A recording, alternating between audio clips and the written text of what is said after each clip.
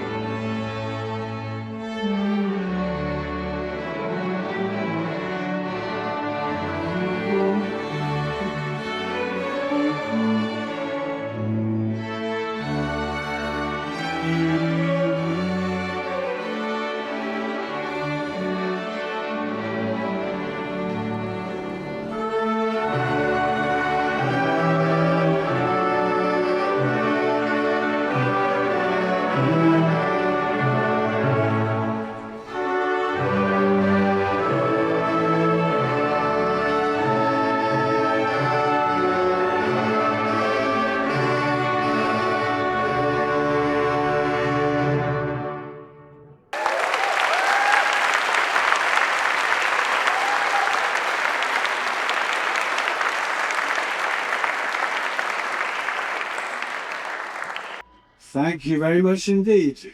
We're now moving on to the audio-visual part of this evening's concert with a song which has very strong connections with Hackney, and it's really actually very appropriate that we're performing it in this venue with a gallery, because the song is The Boy in the Gallery, and it's a musical song and written sometime in the 1870s, I think.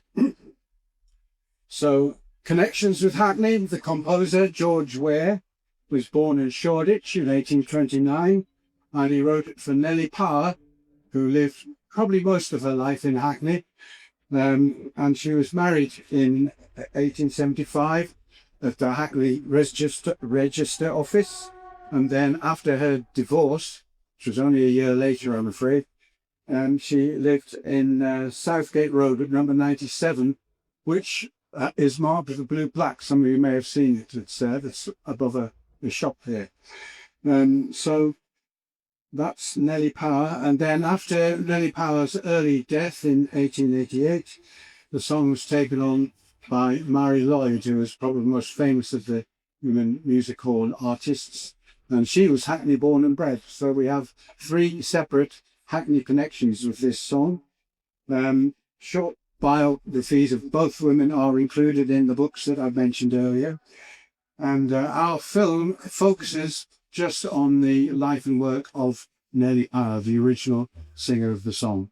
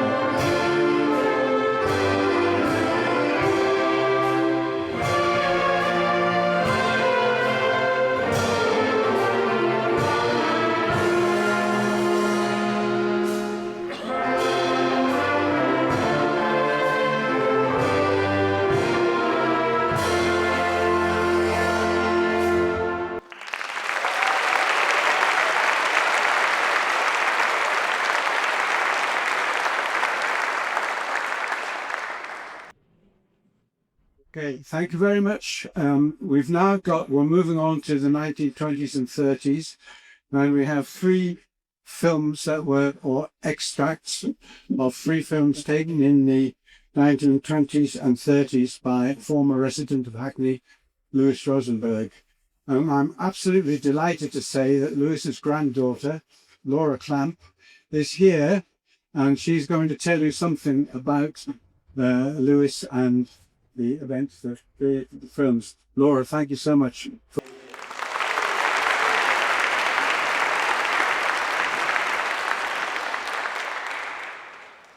So my grandfather, Louis Rosenberg, was born in 1908 in Seafast Street, which was then in Whitechapel. He was the youngest of 6 children, and his parents were Polish Jewish immigrants from Warsaw who had gone to England towards the end of the 19th century. His father was a bootmaker. The family moved several times during his childhood and youth. Lewis lived at Cambridge Road in Whitechapel, Creamer Street in Hackney, Baroness Road in Hackney, Stoke Newington Common, Creswell Road in Richmond, Surrey, and in Graham Mansions in Graham Road in Hackney. He had several jobs during his young years, starting by helping his father when he was a child, through to shop fitting and selling fabric and ladies' clothing, including on Berwick Street Market. He later trained in engineering and worked as an engineer and tool maker during the war years. In the 1950s, he married my grandmother, Clara Rosenberg, who was Spanish and immigrated to sunny Hackney. And I knew them both as abuela and abuelo, which is Spanish words for grandma and grandpa. The films you're about to see have been organised into 3 themes. The first is Rosenberg's at home, and my abuelo Louis was an amateur filmmaker from an early stage. In his late teens, he acquired a Pathoscope 9.5 film camera and began to film family and friends, their domestic lives, birthdays, trips out, weddings, and social and communal life in the area in which he lived. Included in these films, you'll see my abuela leaving the hospital after having given birth, with my mother in her arms. And the second theme is Rosenberg's on holiday. So Lewis was something of an experimenter and an inventor. Those skills were on show in the films he shot of himself and his friends on various holidays in the southwest. The films of beach holidays in the late 1920s capture the joy and innocence of young Jewish men and women before the political realities of the 1930s set in. Long after his death, my mother sent the films to the Surfing Museum in Brighton, and we discovered that his films contained the first recorded evidence of anyone in the UK to surf and attempt to stand on a longboard. Not only that, but he created a watertight box for his camera and strapped it to his surfboard to film some of the footage. And the third thing is, as well as documenting domestic life in and around Hackney and holidays away from the city, Lewis had the foresight to film some of the events and political movements in the wider world. Two are captured in the sequence: the monumental events in Cable Street in October 1936, when anti-fascist groups clashed with police who were there to protect a march by the British Union of Fascists led by Oswald Mosley. And in 1937, the setting up of a refugee centre to help past victims of the bombing of Republican areas in northern Spain. He used to tell me that when he was at the Battle of Cable Street, he was nearly arrested whilst climbing a lamppost trying to film the commotion. So needless to say, I'm incredibly proud.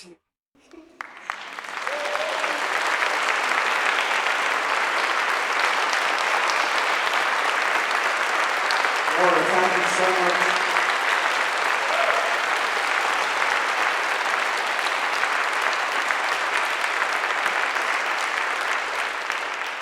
We'll be able to watch the films with greater insight now that you've told us so much about your grandfather, who was obviously a very remarkable man, and that comes across in your words about him.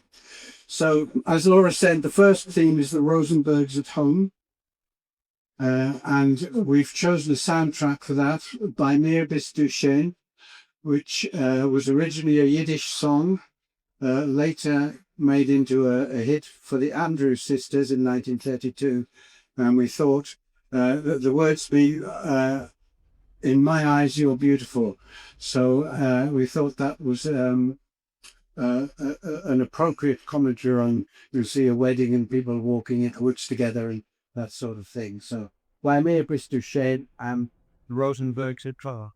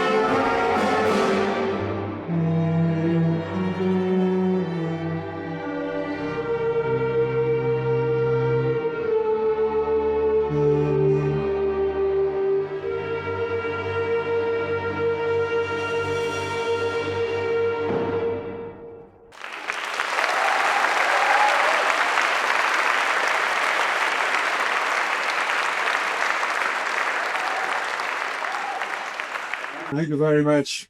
We're absolutely delighted. And one of the things about this is coordinating the music with the film, and that worked really well. We're pleased. Okay, holiday. The Rosenbergs on a holiday. This is a selection of the holiday snaps that Laura told us about, and it's based in the year 1929. So we thought we'd choose 3 popular songs from that year which express a sort of holiday happy mood. And we were quite lucky that in that year we've got Spread a Little Happiness, Ain't Misbehaving, and Happy Days Are Here Again. So we're going to get all of those now.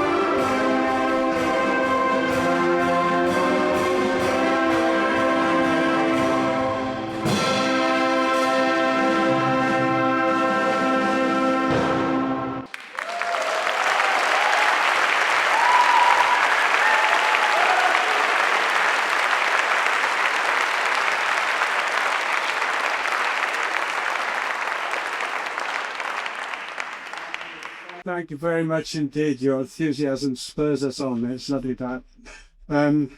Now we've got one more of Lewis's films, and this is much more serious. It's Cable Street, as Laura was talking about, and the Spanish Civil War. And the fact that your grandmother was Spanish, I hadn't realised until I read your first note for the first time, which explains why they were so keen to support the refugees then. So we've got a soundtrack. You'll see shots of Cable Street, and then shots of the Civil War, and shots of the refuge. And we have chosen three tunes for this. The first is the song Bella Ciao, some of you may know, one of the most foremost anti-fascist songs, originating in Italy but became adopted worldwide. Then we have one of the anthems of the Republican movement in Spain called Ay Carmela, sometimes known as Viva la Quince Brigada, up the 15th Brigade. And finally, we've got a song which we haven't yet been able to identify. So if anybody in the audience knows it, please get in touch with us afterwards. In the sound, in the original film, very faintly in the background, we could hear children singing a few bars of a song, and we thought that was appropriate to use that in our soundtrack. So I've transcribed it and arranged it for the orchestra, and it was children singing it, but we still don't know what it's called. So anyway, 3 songs or 3 themes, let's say, from music: Bella Ciao, Ay Carmela, and the children's song.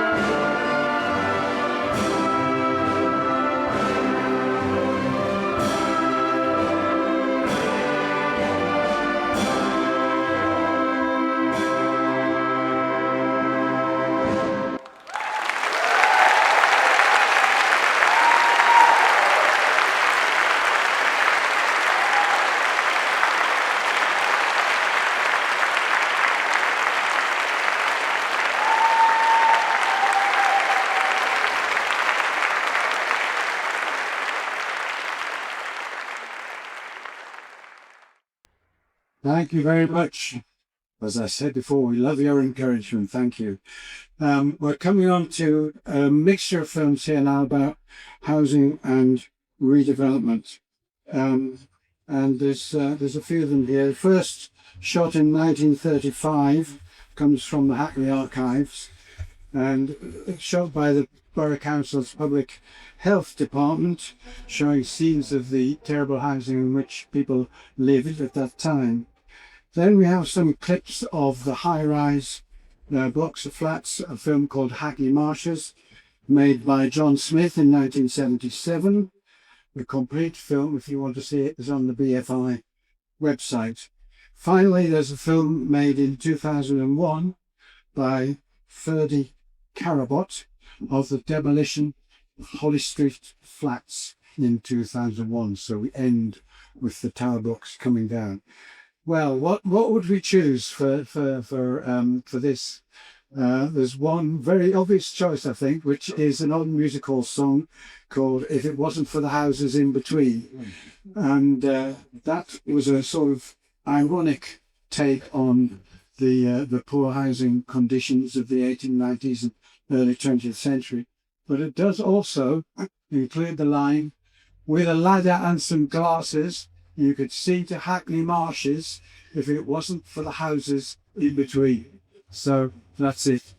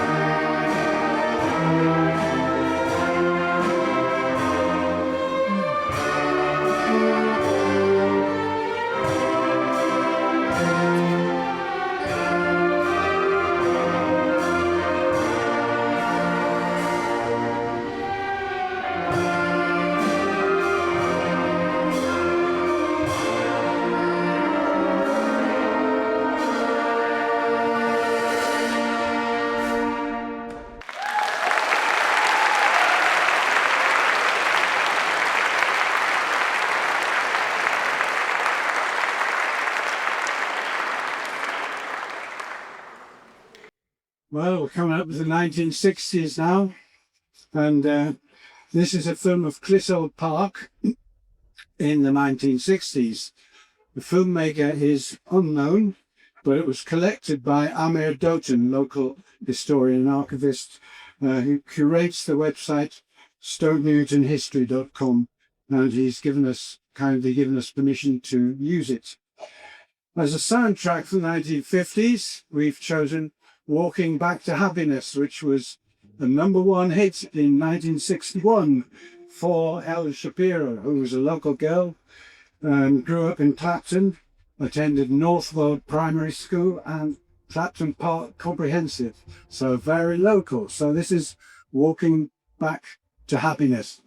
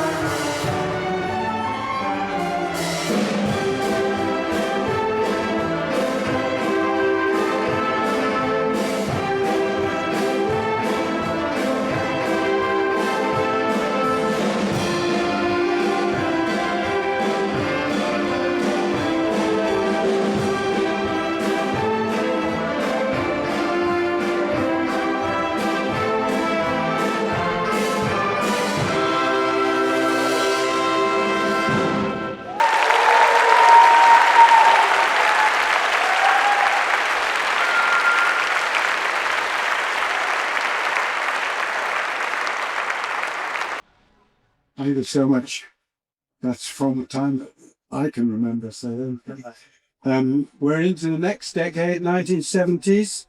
And again, the origin of the film that is being used in this sequence isn't known, but it's held on the Chance Palace website, and it's of Hackney in the 1970s.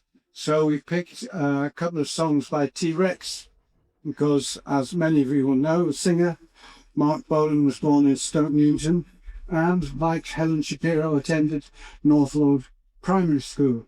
So we have a medley of Ride Away at Swan from 1970 and Metal Guru from 1972.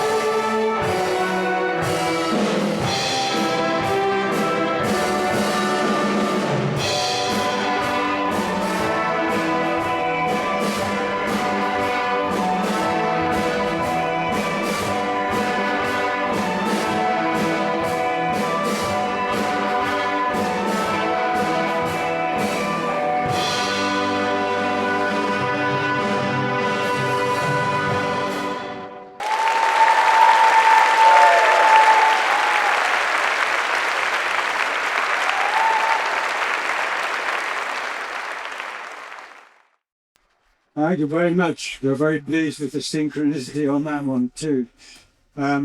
So we're coming sadly to our final item. Well, it's a long one. This is a film of Hackney in 1979, made by filmmaker Ron Orders, and I think it's got a title Somewhere in Hackney. And the full film again is available on the BFI website. To accompany it, we've got a medley called A Night at the Empire, and that has been arranged for us by Roger Corper, who's standing over there with the bass. Roger.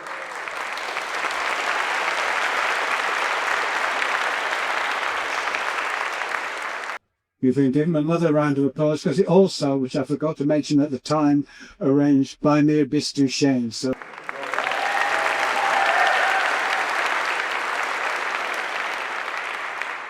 So the idea is that this is a compilation of songs which might have been sung at Hackney Empire in its heyday as a music hall venue.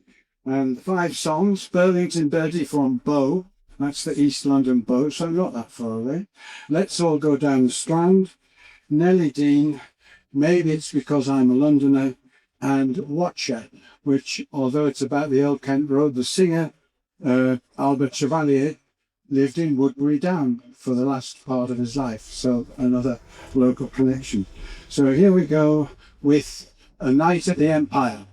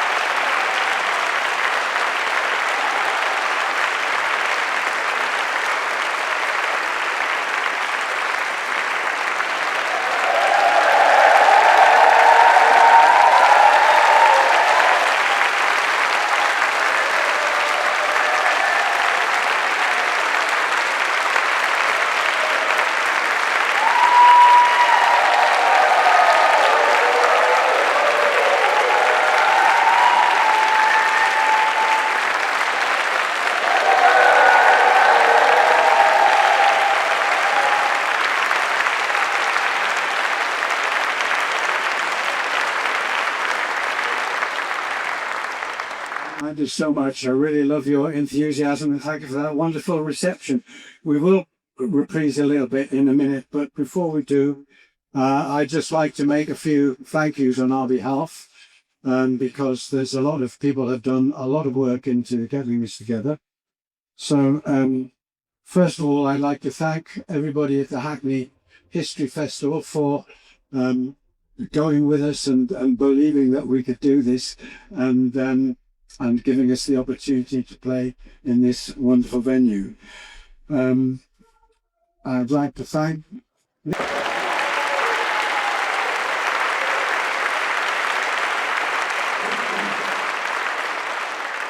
and all the staff here at the Round Chapel. Also the film crew have been wonderful filming all this.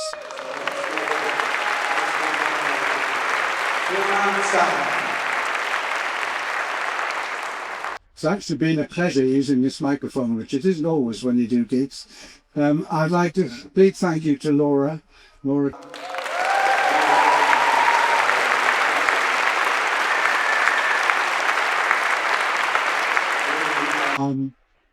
Enhanced our presentation. And then a very, very big thank you to somebody who's been sitting over there almost anonymously all the time, and that's our researcher, compiler, film editor and general visual consultant, let's say, David Parker.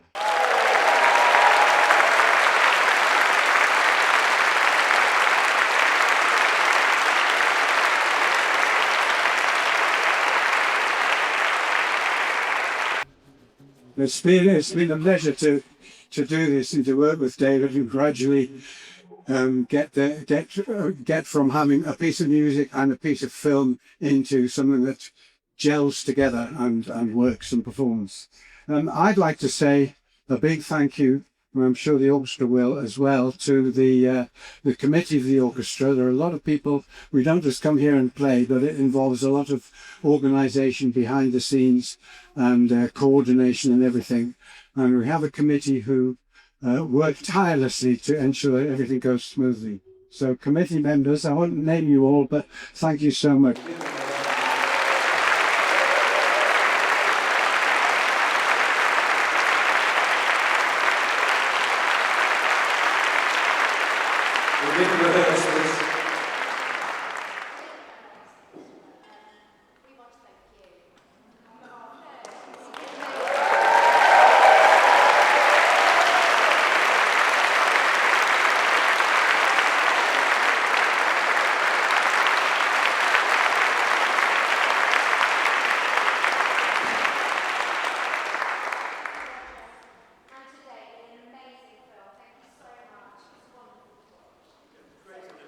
Yeah, let's have another round of applause for Roger as well.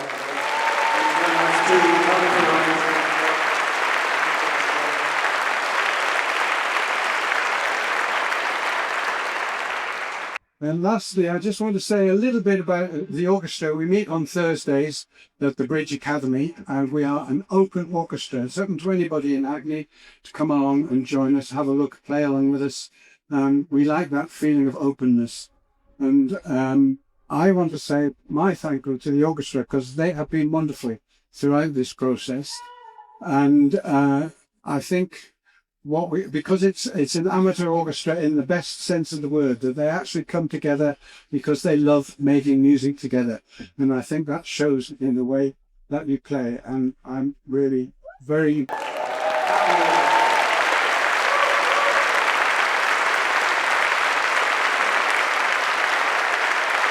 So here's a little encore.